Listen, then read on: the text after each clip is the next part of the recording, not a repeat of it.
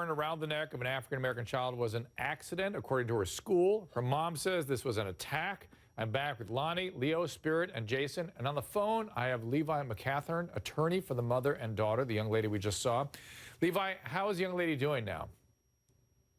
Physically, she's doing very well. Mentally, she's not doing very well at all. We've got her in counseling and trying to make a recovery. What do we think this was? The school says you've made this a race issue. Do you think it's bullying? Yeah, let me tell you, I think it's one of the worst cases of bullying I've ever seen.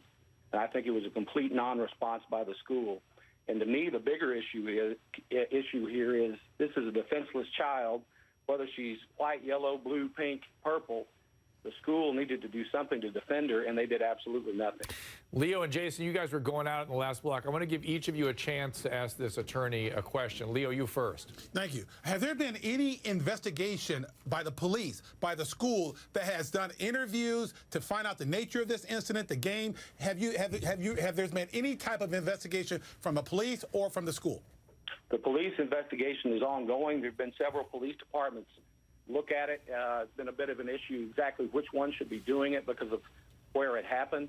The school did no investigation whatsoever until I got involved, and they've made some statements since I got involved about an investigation was done, but I certainly don't know any of the results of those investigations.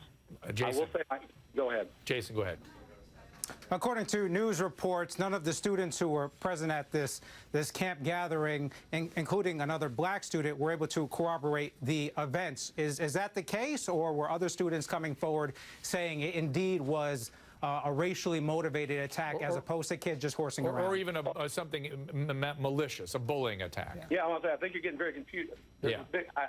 It certainly looks malicious, and the only people that were witness to it, to my knowledge, were the children that were the perpetrators of the incident.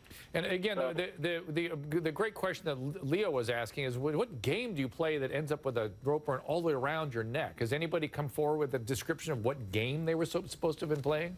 Absolutely not. And remember, my client literally ends up on the ground not even knowing how the rope got around her neck, which to me means it had to have come from behind her where the boys are standing over her, and she removes the rope herself while she's lying on the ground without any assistance. Lonnie?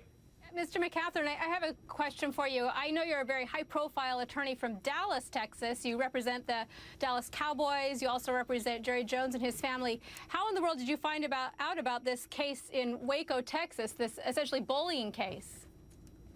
The mother actually Googled and looked through some awards that I'd won and called the office and asked if I would represent her, and I felt like it was a case that cried out for representation. She had a story that needed to be told. Spirit, last thoughts. Let's do this.